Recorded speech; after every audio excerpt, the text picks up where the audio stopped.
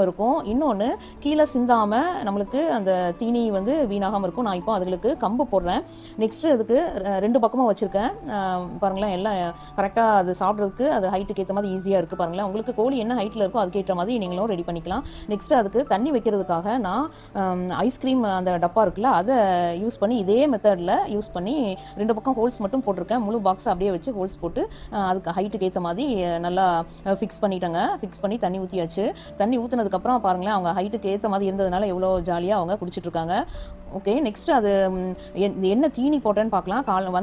வந்த உடனே நான் வந்து கம்பு போட்டேன். அப்புறம் ஒரு 6 hours கழித்து நான் வந்து அந்த ரவை வந்து கோதுமை ரவை அரைச்சி வச்சுருந்தேங்க.